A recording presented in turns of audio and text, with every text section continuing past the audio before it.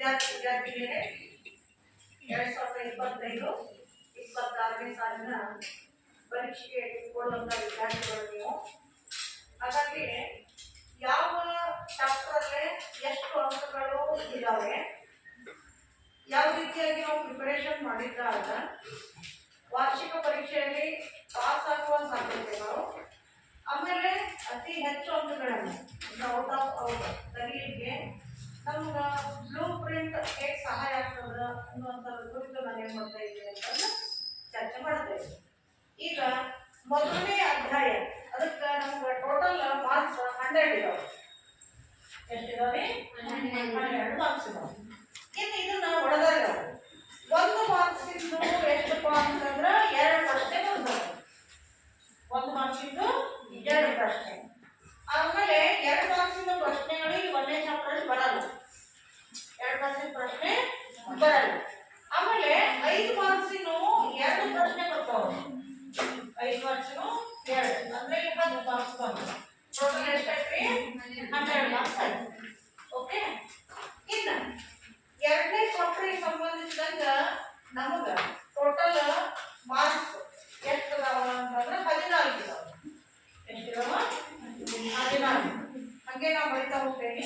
ಇಲ್ಲಿ 10 ಮಾರ್ಕ್ಸ್ ಅದ, ಆಮೇಲೆ 12 ಮಾರ್ಕ್ಸ್ ಅದ, ಆಮೇಲೆ 18 ಅದ, ಆಮೇಲೆ 11, ನಂತರ 13, ನಂತರ 15 ಅನ್ನೋ ರೀತಿಯಲ್ಲಿ ನಮ್ಗೆ ಏನು ಮಾಡಿದಪ್ಪ ಅಂತಂದ್ರೆ 9ನೇ ಚಾಪ್ಟರ್ಗೆ 10, 15 ಮಾರ್ಕ್ಸ್ ಈ ರೀತಿಯಾಗಿ ಇಲ್ಲಿ ಟೋಟಲ್ ಮಾರ್ಕ್ಸ್.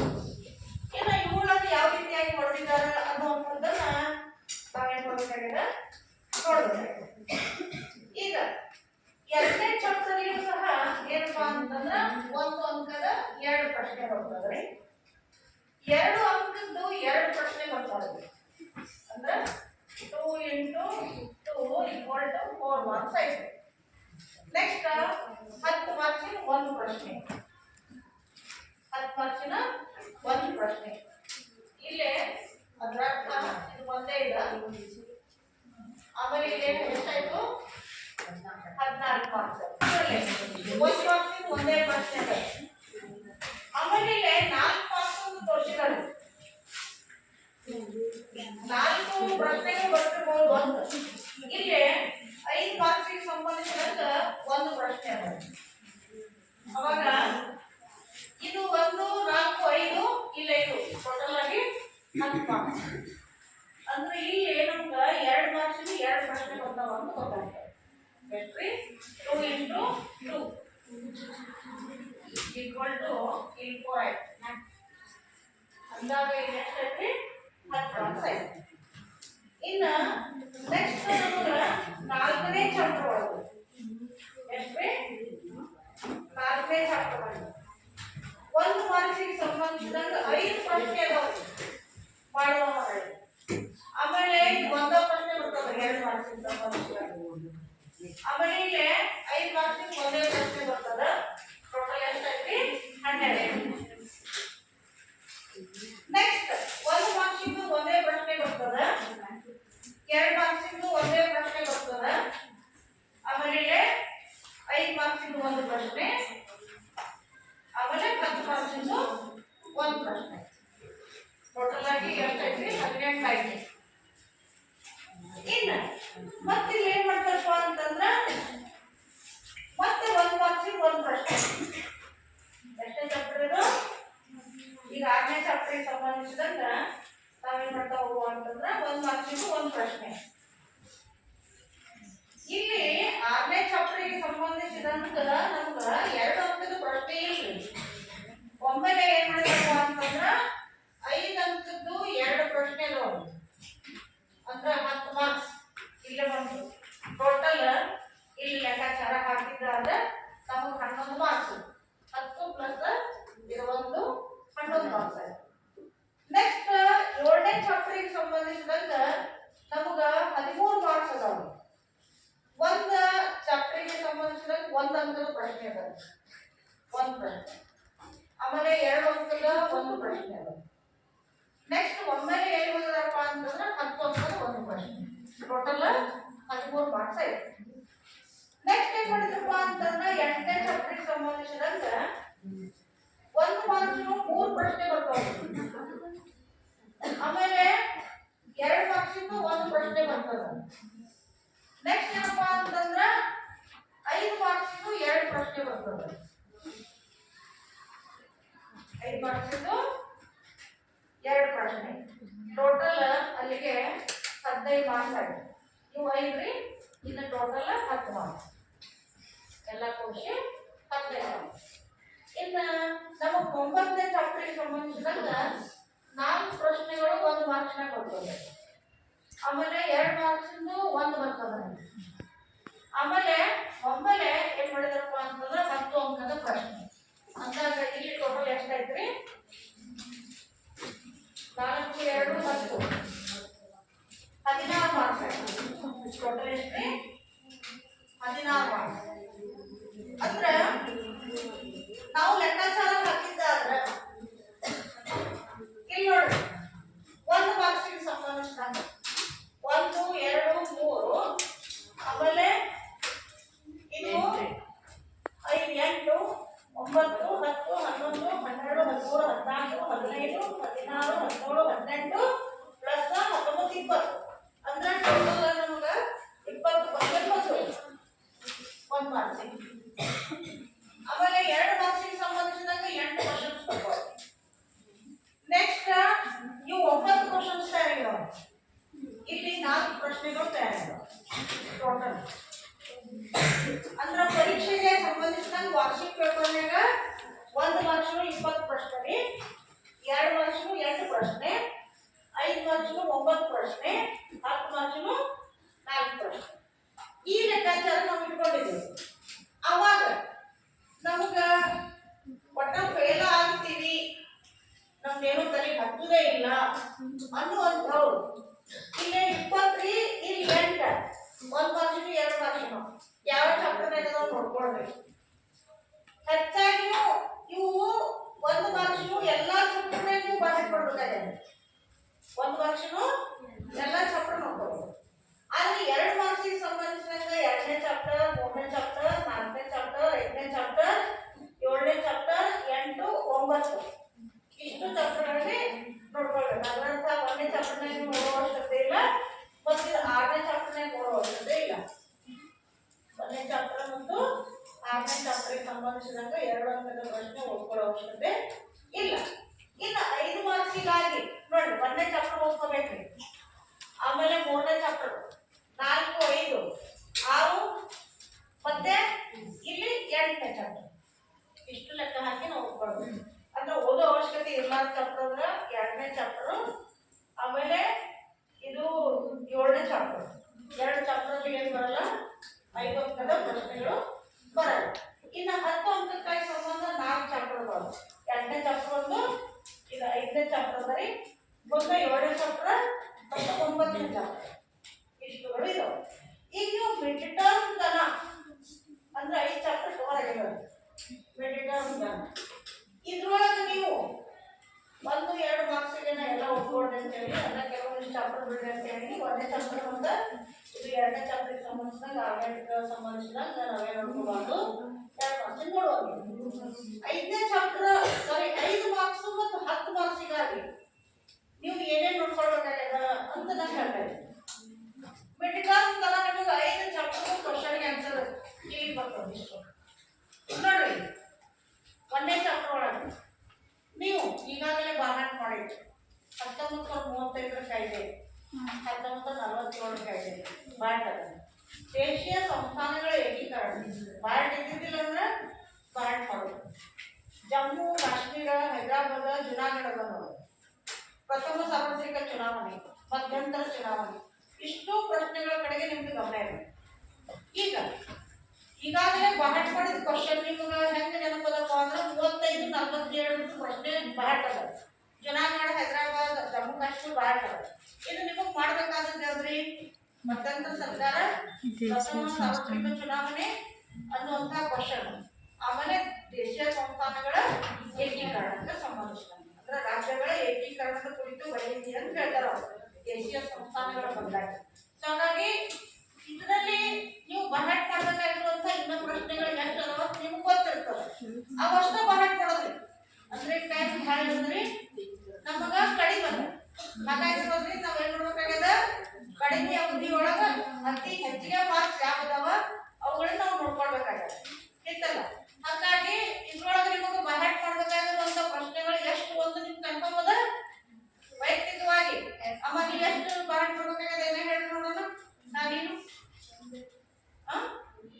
ಒಂದೇದು ಯಾವುದು 1935 ಕಾಯ್ದೆ ಅದೇ ಯಾವ್ದು ಬರ್ತದಮ್ಮ ರಾಜ್ಯಗಳ ಏಕೀಕರಣಕ್ಕೆ ಸಂಬಂಧಿಸಿದಂಗ ಬಹಳ ಮಾಡ್ಬೇಕಾಗಿದೆ ಅದನ್ನು ಮಾಡಿ ಖುಷಿ ಬಿಡ್ರಿ ಅಂದ್ರೆ ನಿಮ್ಗೆ ಏನಾಗ್ತದೆ ಒಂದೇ ಚಾಪ್ಟರ್ ಓದೋ ಅವಶ್ಯಕತೆ ಇಲ್ಲ ಬಹುಶಃ ನನಗೆ ಅನಿಸ್ತದ ನೀವೆಲ್ಲ ಒಂದೇ ಚಾಪ್ಟರ್ ಓದೋ ಅವಶ್ಯಕತೆ ಇಲ್ಲ ಅಂತ ಅನಿಸ್ತದ ಕುತ್ಕೊಳ್ಳೋಣ ಇನ್ನ ನೆಕ್ಸ್ಟ್ ನಾವು ಎಲ್ಲಿಗೆ ಹೋಗ್ರಿ ಮೂರನೇ ಚಾಪ್ಟರ್ ಸಂಬಂಧಿಸಿದಂಗ ಇದ್ರಾಗ ನಾಗರಿಕ ಸೇವಾ ವರ್ಗದ ಲಕ್ಷಣ ನಮ್ಗೆ ಓಕೆ ಅದೇ ರೀತಿಯಾಗಿ ನಿಮಗೆ ಜಿಲ್ಲಾಧಿಕಾರಿಯ ಕಾರ್ಯಗಳು ಬರ್ತದ ವೆರಿ ಗುಡ್ ಇಷ್ಟ ಮತ್ತು ಮುಖ್ಯ ಕಾರ್ಯದರ್ಶಿಯವರ ಅಧಿಕಾರ ಮತ್ತು ಕಾರ್ಯಗಳು ಬರ್ತದ ಇಲ್ಲ ಅಂತಂದ್ರೆ ಅದನ್ನ ಬಹಳ ನೋಡ್ಕೋಬೇಕು ಅಂದ್ರ ನಮ್ಗೆ ಎರಡನೇ ಚಾಪ್ಟರ್ ಸಂಬಂಧಿಸಿದಂಗೆ ಏನಾಗ್ತದ ಇಲ್ಲಿ ಕ್ಲೋಸ್ ಆಗ್ತದೆ ಸರಿ ಇದು ಮೂರನೇ ಚಾಪ್ಟರ್ ಸಂಬಂಧಿಸಿದ ಇನ್ನ ನಾಲ್ಕನೇ ಚಾಪ್ಟರ್ ಸಂಬಂಧಿಸಿದಂಗ ಎಲ್ಲಾ ಚಳವಳಿಗಳಿದಾವೆ ಹೌದಾ ಚಳವಳಿ ಆಗಿರೋದ್ರಿಂದ ಈಗ ಎಕ್ಸಾಂಪಲ್ ಯಾವ ಪ್ರೆಸೆಂಟ್ ಸಿಚುವೇಶನ್ ನಾಗ ಏನೇನ್ ನಡೆದಿರ್ತದ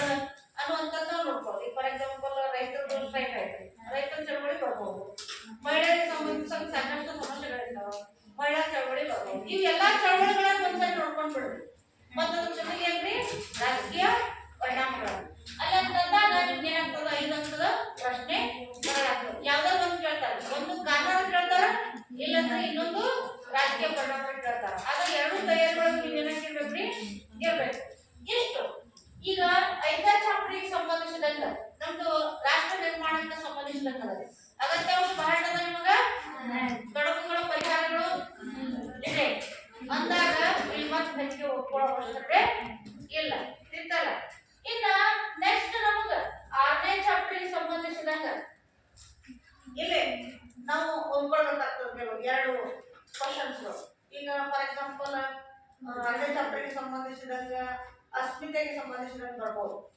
ತಿಂತಲ್ಲ ಹಂಗ ವಿಚಾರ ಮಾಡಿದ್ದಾಗ ನಡೀತದೆ ಇಲ್ಲಿ ಉದಾರೀಕರಣ ಖಾಸಗೀಕರಣ ಜಾಗತೀಕರಣ ಅದನ್ನು ಅವುಗಳಿಗೂ ಸಂಬಂಧಿಸಿದಂಗ ನಾವು ನೋಡ್ಕೋಬೇಕಾಗ್ತದೆ ಆಮೇಲೆ ವಿದೇಶಾಂಗ ನೀತಿಗೆ ಸಂಬಂಧಿಸಿದಂಗ ತತ್ವಗಳು ಮೂಲ ತತ್ವಗಳು ಅಂತಿದಾವೆ ಅದನ್ನ ಇಲ್ಲಿ ನೋಡ್ಬೇಕಾಗಿದೆ ನೋಡ್ಕೊಳ್ಬೇಕಾಗಿದೆ ಸೊ ಈ ರೀತಿಯಾಗಿ ನೀವು ಪ್ರಶ್ನೆಗಳನ್ನ ನೋಡ್ಕೊಂಡಿದ್ದಾಗ ಲಿಮಿಟೆಡ್ ಕ್ವಶನ್ಸ್ ಗಳನ್ನ ನಾವು ನೋಡ್ಕೊಂಡಿದ್ದಾಗ ನಮ್ಗೆ ಏನಾಗ್ತದ ಇಲ್ಲಿ 5 ಅಂಕದ 6 ಪ್ರಶ್ನೆಗಳನ್ನ ಮಾತ್ರ ಬರೀಬೇಕಾಗಿದೆ ಅದಕ್ಕೆ ನಿಮಗೆ ನಾನು ಏನ್ ಹೇಳಿದ್ದೀನಿ ಮೊನ್ನೆ ಸರಿ ಅಂತಂದ್ರ 7 ಚಾಪ್ಟರ್ ಒಳಗೆ ಅಷ್ಟೇ ಓದ್ಕೊಳ್ರಿ ಎಷ್ಟ್ರಿ 7 ಚಾಪ್ಟರ್ 8, 9 ನಿಮ್ಗೆ ಆಪ್ಷನ್ಸ್ ಇರ್ತದ ಇಲ್ಲಿ 8ನೇ ಚಾಪ್ಟರ್ನಾಗಂತೂ 5 ಮಾರ್ಕ್ಸಿಗೆ ಸಂಬಂಧಿಸಿದಂಗ 2 ಪ್ರಶ್ನೆ ಇದಾವೆ 9ನೇ ಚಾಪ್ಟರ್ನಾಗ ಇಲ್ಲ ಅವಾಗ 7 ಚಾಪ್ಟರ್ ಓದ್ಕೊಡ್ರಿ ಅಂತಂದ್ರ 9ನೇ ಚಾಪ್ಟರ್ನಾಗ 5 ಮಾರ್ಕ್ಸಿನ ಪ್ರಶ್ನೆ ಬರಲ್ಲ ಮತ್ತೆ 8ನೇ ಚಾಪ್ಟರ್ನಾಗ ಅದ 2 ಪ್ರಶ್ನೆ ಬರ್ತಾವ 8ನೇ ಚಾಪ್ಟರ್ನಾಗ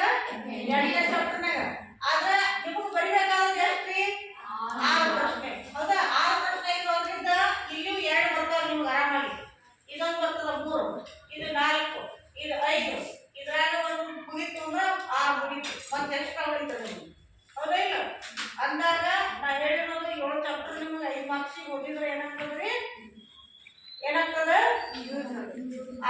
30 ಮಾರ್ಕ್ಸ್ ನಿಮ್ ಜಮ್ನಾಗ ಬೀಳ್ತದ ಆದ್ರೆ ಪರ್ಫೆಕ್ಟ್ ಮಾಡ್ಕೋಬೇಕ್ರಿ ಯಾವ್ದೋ ಪ್ರಶ್ನೆ ಬಂದ್ರು ನಾವು ಬರೀತೀವಿ ಆ ಚಾಪ್ಟರ್ನಾಗಿಂದ ಅಕಸ್ಮಾತ್ ಅಂದ್ರೆ ನಾವು ಕಡಿಮೆ ಟೈಮ್ ಇರೋದ್ರಿಂದ ಸ್ಮಾರ್ಟ್ ಸ್ಟಡಿ ಮಾಡ್ಬೇಕಾಗಿದೆ ಹಾರ್ಡ್ ಸ್ಟಡಿ ಬೇಡ ಇತ್ತಲ್ಲ ಸೊ ಹಾಗಾಗಿ ನಾವು ಏನ್ ಮಾಡ್ಬೇಕಾಗ್ಯದ ಸ್ಮಾರ್ಟ್ ಸ್ಟಡಿ ಮಾಡಿದ್ರಿ 7 ಚಾಪ್ಟರ್ ನಾವು ಓದ್ಕೊಂಡು 7 ಚಾಪ್ಟರ್ ಮತ್ತೆ ಇಲ್ಲಿ 2ನೇ ಚಾಪ್ಟರ್ ಇಲ್ರಿ ಮಾರ್ಕ್ಸ್ ನಮ್ಮಲ್ಲಿ 5 ಮಾರ್ಕ್ಸ್ ಕ್ವಶನ್ ಇಲ್ಲ ಅಂದಾಗ 1ನೇ ಚಾಪ್ಟರ್ ಇದು 3ನೇ ಚಾಪ್ಟರ್ 4ನೇ ಚಾಪ್ಟರ್ 5ನೇ ಚಾಪ್ಟರ್ ಇದು ಇಷ್ಟ ಓದ್ಕೋಬೇಕು ಮುಂದಿನ ಓದೋ ಅವಶ್ಯಕತೆ ಇಲ್ಲ ಅಂದ್ರ ಈಗ 6 ಚಾಪ್ಟರ್ ಅಷ್ಟು ಓದ್ಕೊಂಡ್ರೆ ಸಾಕು ಇದು 6ನೇ ಚಾಪ್ಟರ್ ನೋಡ್ರಿ 6ನೇ ಚಾಪ್ಟರ್ ಅಷ್ಟೇ ಓದ್ಕೊಂಡ್ರೆ ಸಾಕು ನಿಮಗೆ 5 ಅಂಕದ 30 ಮಾರ್ಕ್ಸ್ಗಳು ಬರ್ತವೆ ಹಂಗಾಗಿ ಕೆಳಗಿನ ಓದೋ ಅವಶ್ಯಕತೆ ಇಲ್ಲ ಇನ್ನು ಪ್ರತಿಯೊಂದು ಪಾಠದೊಳಗ ಕೆಳಗಿಲ್ಲ 10 ಮಾರ್ಕ್ಸಿನ ಪ್ರಶ್ನೆ ಇವಾಗ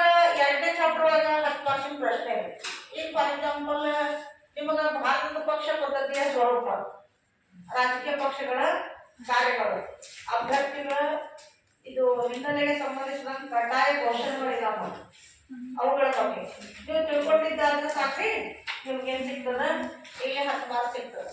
ನಿಮ್ಗೆ ಈಗಾಗಲೇ ಬಹುಶಃ ರಾಜಕೀಯ ಪಕ್ಷಗಳ ಕಾರ್ಯಗಳು, ಭಾರತದ ಪಕ್ಷ ಪದ್ಧತಿಯ ಸ್ವರೂಪ ಬಂದಿರ್ತದೆ.